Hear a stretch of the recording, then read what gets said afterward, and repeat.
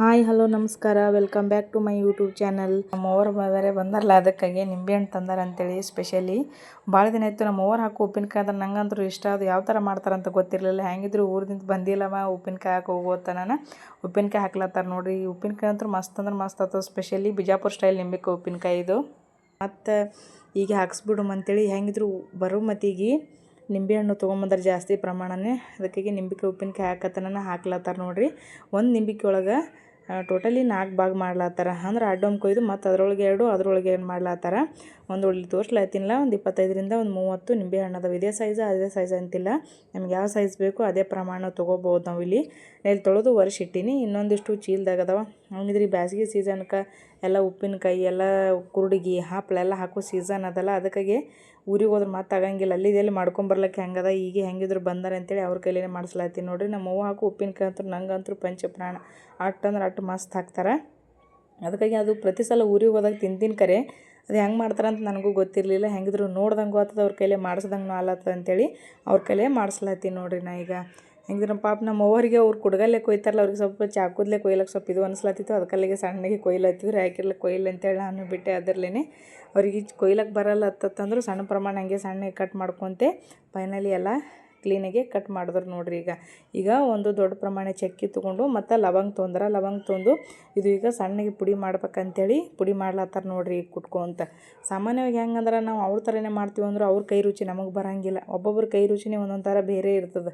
ಕೈಗುಣದ ಮ್ಯಾಗೇನೋ ಅಂತಾರಲ್ಲ, ಕೈ ರುಚಿನೂ ಟೇಸ್ಟ್ ಆಯ್ತು. ಕೈ ರುಚಿನೂ ಅವ್ರ ಥರನೇ ಮಾಡಿದ್ರು ಟೇಸ್ಟ್ನೂ ಸ್ವಲ್ಪ ಚೇಂಜ್ ಆಗ್ತಿರ್ತದೆ. ಈಗ ನೋಡಿರಿ ಸಣ್ಣಗೆ ಅದು ಪುಡಿ ಮಾಡ್ಯಾರ.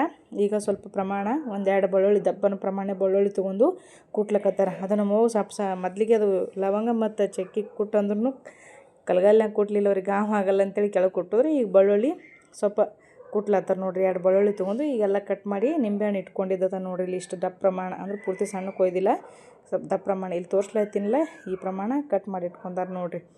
ಇದು ಮತ್ತೆ ತೊಳೆಯೋ ಅವಶ್ಯಕತೆ ಏನು ಇರೋಂಗಿಲ್ಲ. ಸಾಮಾನ್ಯವಾಗಿ ತೊಳೆದ ಮ್ಯಾಗೆ ಕಟ್ ಮಾಡಿರ್ತೀವಲ್ಲ. ಈಗ ನೋಡಿರಿ ಲವಂಗ ಮತ್ತು ಚಕ್ಕೆ ಕುಟ್ಟಿದ ಮ್ಯಾಗ ಆಮೇಲೆ ಬೆಳ್ಳುಳ್ಳಿನೂ ಕುಟ್ಕೊಂಡು ಇಟ್ಕೊಂಡಾರ. ಸ್ವಲ್ಪ ಜೀರಿಗೆ, ಹುರಿದಿದ್ದ ಜೀರಿಗೆ ಎಲ್ಲ ಸಾಮಾನ್ಯವಾಗಿ ನಾವು ನಾರ್ಮಲ್ ಜೀರಿಗೆ ಯೂಸ್ ಮಾಡ್ತೀವಲ್ಲ, ಅದೇ ಜೀರಿಗೆನೂ ಸ್ವಲ್ಪ ಕಡ್ಚ ಕೊಟ್ಕೊಂಡು ಇಲ್ಲಿ ಒಂದು ಪ್ಲೇಟ್ನಾಗೆ ಹಾಕ್ಯಾರ ನೋಡಿರಿ. ಇಲ್ಲಿ ಕಾಳತ್ತದಲ್ಲಿ ಈಗ ಇವು 3 ರೆಡಿ ಅದು ನೋಡಿರಿ. ಈಗ ಪಾಣೆ ಹೊಡಿ ಟೈಮ್. ಸ್ವಲ್ಪ ಜಾಸ್ತಿ ಪ್ರಮಾಣ ಎಣ್ಣೆ ಹಾಕ್ಲತ್ತಾರ ನೋಡಿ, ಗೊತ್ತಲ್ಲಿತ್ತಿರ್ಬೋದು ನಿಮ್ಗೆ. ಈಗ ಒಂದು ಗಡಿಗೆ ತೊಗೊಂಡು ಗಡಿಗೆ ಒಳಗೆ ಜಾಸ್ತಿ ಪ್ರಮಾಣನೇ ಎಣ್ಣೆ ಹಾಕಿ, ಎಣ್ಣೆ ಕಾದ್ಮ್ಯಾಗ ಸ್ವಲ್ಪ ಸಾಸಿವೆ ಹಾಕ್ಯಾರ. ಈಗ 1 kg ಅಷ್ಟು ಪೂರ್ತಿ ಬೆಲ್ಲ ಕುಟ್ಲತ್ತಾರ ನೋಡಿರಿ. ಈಗ ಸ್ವಲ್ಪ ಸಣ್ಣ ಮಾಡ್ಕೋಬೇಕು. ಸಣ್ಣ ಅಂದ್ರೆ ಪೂರ್ತಿ ಸಣ್ಣ ಮಾಡಿಲ್ಲ, ಸ್ವಲ್ಪ ಅಟ್ಟೆ ಕರ್ಚ ಕೊಟ್ಟರೆ ಒಂದು ಟವಲ್ನಾಗ ಹಾಕ್ಕೊಂಡು ಕುಟ್ಲತ್ತಾರ. ಈಗ ನಿಂಬೆಕಾಯಿ ಉಪ್ಪಿನಕಾಯಿ ಹಾಕೋದ್ರಾಗೂ ಹಲವಾರು ರೀತಿಯೂ ಅದಾವ, ಒಂದೇ ಥರ ಇರ್ತಿಲ್ಲ. ಒಬ್ಬೊಬ್ಬರು ಒಂದೊಂದು ಥರ ಡಿಫ್ರೆಂಟ್ ಹಾಕ್ತಿರ್ತಾರೆ. ಈಗ ಸ್ಪೆಷಲ್ ನಮ್ಮವ್ವ ಬೆಲ್ಲ ಹಾಕಿ ಮಾಡತ್ತಾರ. ಇದು ಅಂತೂ ಬಿಜಾಪುರ ಸ್ಪೆಷಲ್. ಇದು ಭಾಳ ಅಂದ್ರೆ ಭಾಳ ಚಂದ ಆಗ್ತವ, ಟೇಸ್ಟ್ ಹಂಗೆ ಆಗ್ತದೆ. ಈಗ ನೋಡಿರಿ ಆಮೇಲೆ ಜೀರಿಗೆ, ಆಮೇಲೆ ಲವಂಗ, ಚಕ್ಕೆ, ಆಮೇಲೆ ಬೆಳ್ಳುಳ್ಳಿ ಎಲ್ಲ ಮಿಕ್ಸ್ ಮಾಡಿ ಇಟ್ಕೊಂಡಿದ್ದು. ಜೀರಿಗೆ ಎಲ್ಲ ಸ್ವಲ್ಪ ಎಣ್ಣೆ ಒಳಗೆ ಫ್ರೈ ಆದ್ಮೇಲೆ 3 ಮಿಕ್ಸ್ ಮಾಡ್ಕೊಳತ್ತಾರ ನೋಡಿರಿ. ಈಗ ಎಣ್ಣೆ ಕಾದ್ಮೇಲೆ ಹಾಕಬೇಕು, ಯಾಕಂದ್ರೆ ಆಲ್ರೆಡಿ ಮೊದಲಿಗೆ ಸ್ವಲ್ಪ ಸಾಸಿವೆಯನ್ನು ಫ್ರೈ ಆಗಿದ್ವು ಅಲ್ಲ, ಜೀರಿಗೆ ಹಾಕಿಲ್ಲ. ಯಾಕಂದ್ರೆ ಇಲ್ಲಿ ಮೊದಲಿಗೆ ಕುಟ್ಕೊಂಡೇನು ಇಟ್ಕೊಂಡಿವಲ್ಲ. ಆದಷ್ಟು ಮೀಡಿಯಮ್ ಫ್ಲೇಮ್ ಅಥವಾ ಲೋ ಫ್ಲೇಮ್ ಒಳಗೆ ಗ್ಯಾಸ್ ಇಟ್ಟೆ ಇವೆಲ್ಲ ಫ್ರೈ ಮಾಡ್ಕೋಬೇಕು. ಸ್ವಲ್ಪ ಕಲರ್ ಚೇಂಜ್ ಆಗುತ್ತೆ, ನಾನು ಸ್ವಲ್ಪ ಫ್ರೈ ಮಾಡ್ಕೋಬೇಕು. ಹೈ ಫ್ಲೇಮ್ ಒಳಗೆ ಇಟ್ಟಂದ್ರೆ ಒಮ್ಮೆ ಪಾಣೆ ಜಾಸ್ತಿ ಜಲ್ದಿ ಹೊತ್ಲಕ್ಕೆ ಚಲೋ ಆಗ್ಬಿಡ್ತದೆ. ಈಗ ಇದ್ರೊಳಗೆ ಇವೆಲ್ಲ ಫ್ರೈ ಆದ್ಮ್ಯಾಗ ಅಚ್ಚ ಖಾರದ ಪುಡಿ ಹಾಕ್ಲತ್ತಾರ ನೋಡಿರಿ. ಭಾಳ ಅಂದ್ರೆ ಭಾಳ ಚಂದ ಆಗ್ತದೆ.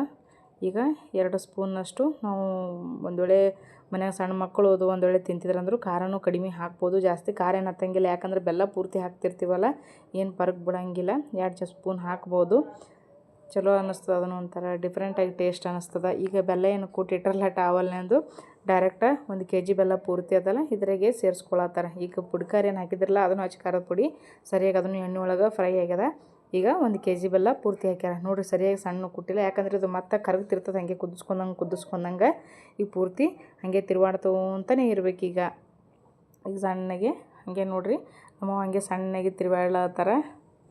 ಹಾಗೆ ಸಣ್ಣಗೆ ಕರ್ಕೋತೆ ಬರ್ತದೆ ಅದು ಸಣ್ಣಗೆ. ಪೂರ್ತಿ ಗಟ್ಟಿ ಪ್ರಮಾಣ ಆಗ್ಬಿಡ್ತದೆ. ಇದ್ರಾಗ ಒಂದು ಜರನೂ ನೀರು ಹಾಕಬಾರ್ದು, ನೀರು ಒಟ್ಟು ಯೂಸೇ ಮಾಡಬಾರ್ದು ಇದ್ರಾಗ. ನಾನು ಕೇಳಿದೆ ನಮ್ಮವ್ರಿಗೆ, ನೀರು ಹಾಕೊಂಬೇನತ್ತಂದ್ರೆ ನೀರು ಹಾಕಬಾರ್ದತ್ತಿದು. ಡೈರೆಕ್ಟ್ ಒಟ್ಟು ನೀರಿನ ಅಂಶ ಬಳಕೆ ಮಾಡೋಂಗೆ ಇಲ್ಲ ಇದ್ರಾಗ. ಈಗ ನೋಡಿರಿ ಮ್ಯಾಗ ಎಣ್ಣೆನೇ ತೇಲತ್ತದ, ಹಾಗೆ ಸಣ್ಣಗೆ ಬೆಲ್ಲ ಕರಗ್ಲತ್ತದ. ಹಾಗೆ ಸಣ್ಣಗೆ ನಮ್ಮವರು ಕೈ ಆಡಿಸ್ಕೊಂತಾನೆ ಅದಾರ ನೋಡಿರಿ ಹೆಂಗೆ ಕಾಣ್ಲತ್ತದ. ಈಗ ರೆಡ್ ಅಚ್ಚ ಖಾರದ ಪುಡಿ ಒಂದು ಹಾಕಿರ್ತೀವಿ, ಆಮೇಲೆ ಎಣ್ಣೆ ಅದೊಂದು ಭಾಳ ಅಂದ್ರೆ ಭಾಳ ಚಂದ ಕಾಣ್ಲತ್ತದ ಮ್ಯಾಗ. ಈಗ ಮ್ಯಾಗ ಸ್ವಲ್ಪ ಅರಿಶಿನ ಹಾಕ್ಲತ್ತಾರ ನೋಡಿರಿ. ಈಗ ಅರ್ಧಕ್ಕರ್ಧ ಕರಿಗ್ಯದಲ್ಲಿ ಈಗ ಬೆಲ್ಲ ಇದ್ರೊಳಗೆ ಸ್ವಲ್ಪ ಅರಿಶಿನ ಹಾಕ್ಕೊಂಡು ಮತ್ತು ಸಣ್ಣಗೆ ಹಂಗೆ ಕುಡಿಸ್ಕೊಳತ್ತಾರೆ. ಸ್ವಲ್ಪ ಕಣ್ಣಿ ಏನು ಉಳಿದಿರ್ತಾವಲ್ಲ ಬೆಲ್ಲ ಅದು ಈಗ ಸಣ್ಣಗೆ ಹೊಡ್ಕೊಳತ್ತಾರೆ ನೋಡ್ರಿ. ಈಗ ಹಾಗೆ ತಿರುವಾಡ್ಕೊಂತನೇ ಈಗ ಬೆಲ್ಲ ಪೂರ್ತಿ ಕರಗಿ ಕುದಿಲಕತ್ತದಲ್ಲ. ಇಲ್ಲಿ ನೋಡ್ರಿ ಈ ಪ್ರಮಾಣ ಆದ್ಮ್ಯಾಗ ಈಗ ನಿಂಬೆಕಾಯಿನ ಕಟ್ ಮಾಡ್ಕೊಂಡಿದ್ದೇನೆ ಇಟ್ಕೊಂಡಿರ್ತಾರಲ್ಲ ಅದು ಈಗ ಪೂರ್ತಿ ಇದ್ರೊಳಗೆ ಸೇರಿಸ್ಕೊಳತ್ತಾರೆ. ಸಣ್ಣಗೆ ಒಮ್ಮೆ ಒಟ್ಟು ಒಮ್ಮೆ ಹಾಕೋದೇನು ಬೇಡ, ಸ್ವಲ್ಪ ಹಾಕೊಂಬಂತೇಳಿ ಸ್ವಲ್ಪ ಹಾಕ್ಲತ್ತಾರೆ. ಬೆಲ್ಲ ಪೂರ್ತಿ ನೋಡ್ರಿ ತನ್ನಿಂದ ತಾನೇ ಕರಗ್ತದೆ. ಮೊದ್ಲಿಗೆ ಹೇಳಿನೆಲ್ಲ ನೀರಿನ ಅಂಶ ಒಂದು ಹನಿನೂ ನೀರು ಹಾಕಬಾರ್ದು ಇದ್ರಾಗ. 1 kg ಬೆಲ್ಲ ಅದ ಟೋಟಲಿ.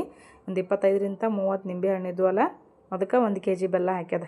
ಪೂರ್ತಿ ಈಗ ಎಲ್ಲ ಕೂಡಿಸ್ಕೊಳತ್ತಾರೆ ನೋಡ್ರಿ. ಈಗ ಇದ್ರೊಳಗೆ ಹೆಚ್ಚನೂ ಜಾಸ್ತಿ ಬೇಕಾಗಿಲ್ಲ, ಮನೆಯಾಗ ಇದ್ದಿದ್ದು ಪದಾರ್ಥಗಳನ್ನೇ ಬಳಸ್ಕೊಂಡು ಮಾಡ್ಬೋದು. ಏನು ಜಾಸ್ತಿ ಐಟಮೂ ಬೇಕಾಗಿಲ್ಲ. ಈ ಸದ್ಯ ಇಲ್ಲಿ ಕೂಡಿಸ್ಕೊಂಡಂಗೆ ಗಟ್ಟಿ ಏನು ಅನ್ನಿಸ್ತದಲ್ಲ, ಆಮೇಲೆ ಕುದ್ದಂಗೆ ಸ್ವಲ್ಪ ಇದು ಹಳಸಾಗ್ತದೆ. ಇದ್ರ ಜೊತೆ ಕೂಡ್ಕೋತದೆ ಹಾಗೆ ಸರಿಯಾಗಿ.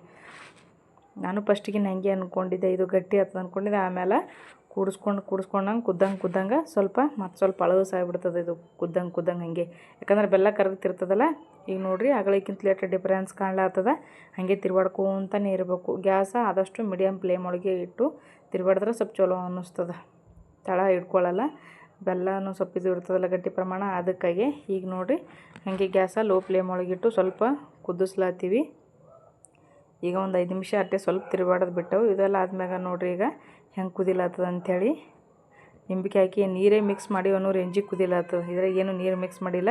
ನಿಂಬೆ ಹಣ್ಣೆ ಪೂರ್ತಿ ನೀರು ಇದ್ದಂಗೆ ಇರ್ತದೆ. ಅದಕ್ಕಾಗಿ ಅದರೊಳಗೆ ಹಾಗೆ ನಿಂಬೆಕಾಯಿ ಸ್ವಲ್ಪ ಹೀರ್ಕೋತಿರ್ತದೆ. ಅದು ಹಿರ್ಕೊಂಡು ಸ್ವಲ್ಪ ಪೂರ್ತಿ ಎಲ್ಲ ನೋಡಿರಿ ನೀರು ಆದಂಗೆ ಹೆಂಗೆ ಕಾಣ್ಲಾಗ್ತದ. ಹಾಗೆ ಮೀಡಿಯಮ್ ಫ್ಲೇಮ್ ಒಳಗಿಟ್ಟು ಹಾಗೆ ಕಂಟಿನ್ಯೂ ಸ್ವಲ್ಪ ತಿರುವಾಡ್ಕೊಂತನೇ ಇರಬೇಕು. ಅದು ಹಾಗೆ ಇಲ್ಲಕ್ಕೆ ಕುದಿಲಾಕೆ ಬಿಟ್ಟು ಬಿಡ್ಬೇಕು. ಸ್ವಲ್ಪ ನೀರಿನ ಅಂಶ ಹಿಂಗೆ ಆದ್ಮ್ಯಾಗ ಕುದಿಲಾಕೆ ಬಿಟ್ಟು ಬಿಡ್ಬೇಕು.